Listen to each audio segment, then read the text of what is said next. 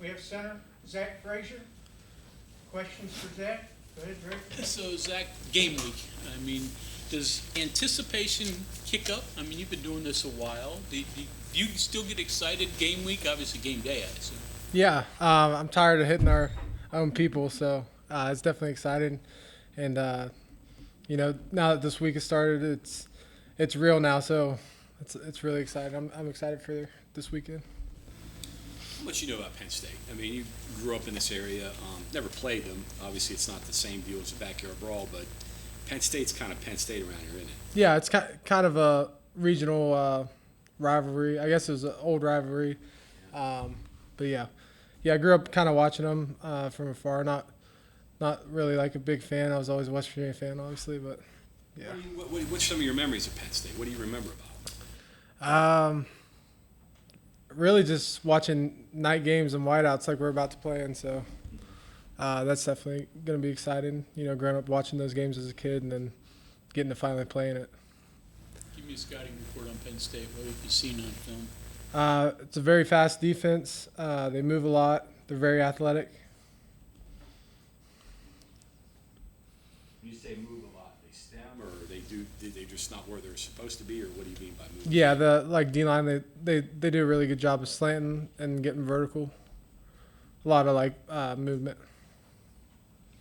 Can you compare them to maybe a defense that you face in the Big 12? Maybe style-wise? We kind of compared them to like Dante and Darius, like how they were real athletic and can like jump gaps and get vertical. So that's kind of like what we view them as. Yeah. More four-man front from them? Yeah. So More what's that changed for you when you played four, or even rather not? It doesn't really change too much. It's just we have a different set of rules for 4 down and 3 down, so it's just knowing those rules. Is it difficult to get to the second level and get to the linebackers from what you've seen with the way they play their scheme? I don't think it's too different. I mean, they can run well, so that might be the only difference is they have some athletic backers. So. Okay. Is there a difference in Big 12 football and Big 10 football from what you saw in film? I don't know if I can generalize like the whole. Well, I would say that. I mean, this is a 4 down front. I would say in Big 12 we get more odd fronts. So maybe I think that's more of a staple of the Big Ten is they play a lot of 4 down fronts. So I would say that. Chop Robinson, obviously you played him when he was at Maryland. Do you remember anything about going up? Obviously he plays at the end in a different position, but do you remember him at all when he played Maryland? Yeah, I remember. He was a good D in there, and he's obviously gotten a lot better. So it's going to be a good challenge for us, and we're excited for it. Make life a little easier on you with 4 down front and not having someone on your head? Yeah, I would say so. Yeah. Nice to spend a Saturday without 320 pounds over there. Yeah. Big crowd, big stadium. I mean, maybe the biggest you played in front of, but does it matter when you 60,000 loud people or 100,000? Size of stadium, does it matter to you? No, I would say, it doesn't really matter, but the crowd noise does. Like, I think we played Texas last year. They had over 100,000, but it wasn't super loud. But from what I've heard, this is going to be a loud game, and the biggest thing with that is just communication.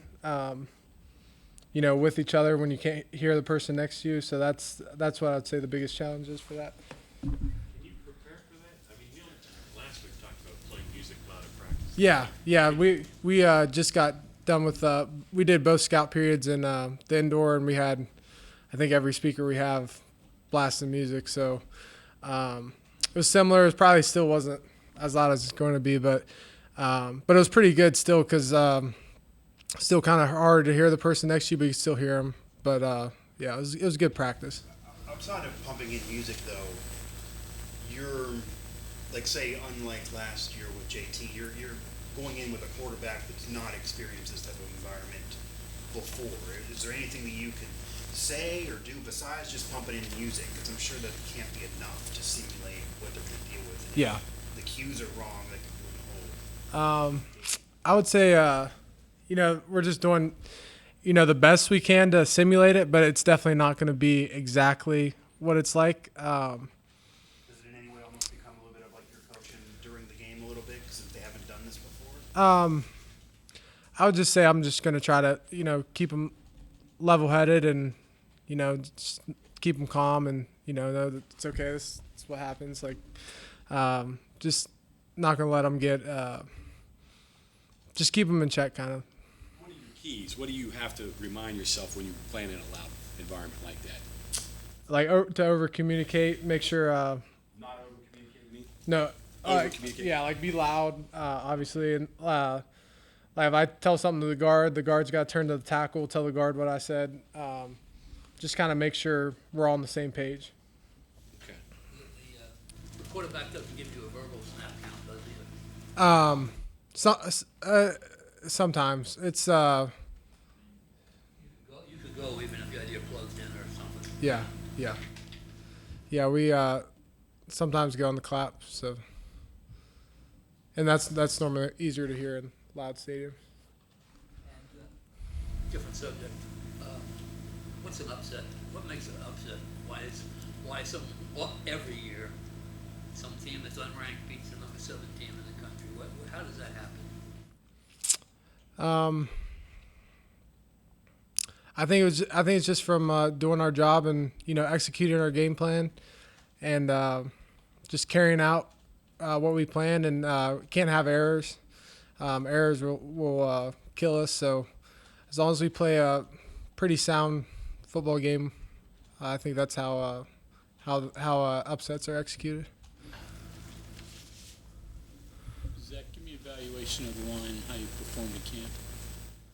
Our offense line? Yeah. I think we made a big step from last year. We've all kind of focused on, what our weaknesses are and what we haven't been good on the past and trying to, get better at that and knowing situations and knowing, like in certain looks, how we can set differently and sometimes set firmer, sometimes set deeper, knowing the down and distance when, if it's more of a pass down where there's more twists and pressures, just, communicating to pass those off and stuff like that. In Sportico, I think it was last week maybe, where they're talking about the television audience for this game could be off the charts big because it's primetime, NBC, whatnot. Plus, you could be playing possibly for a record crowd there. Have you guys talked about that, the opportunity that you could showcase Mountaineer football, not just in front of a lot of people, but a lot of eyeballs on television? Yeah, I mean that's what you live for. I mean that's going to be exciting. I can't wait. I'm pumped up.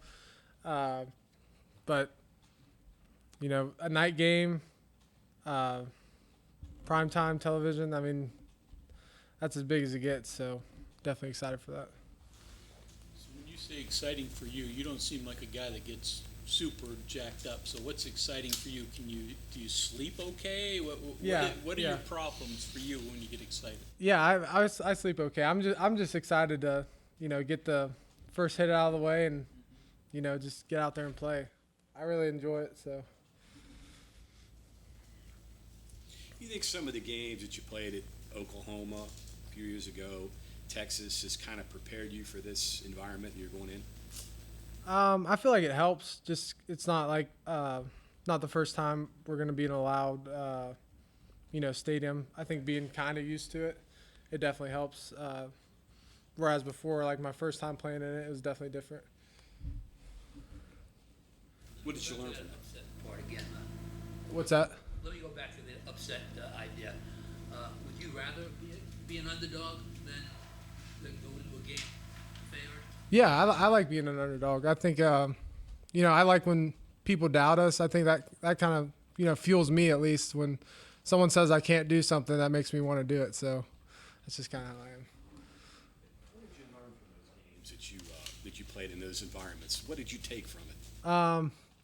I would say like some of the louder games I played earlier in my career, we kind of changed how we do the snap count a little bit, just because focus more on the clap, stuff like that.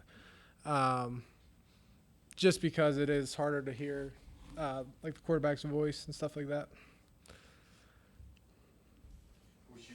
I think of the Oklahoma game where the guys were barking out the signals and Yeah. some of that stuff too. I mean, obviously things that you never experienced before, just learning things, right? Yeah, it definitely helps. Once you experience it, you're a lot better.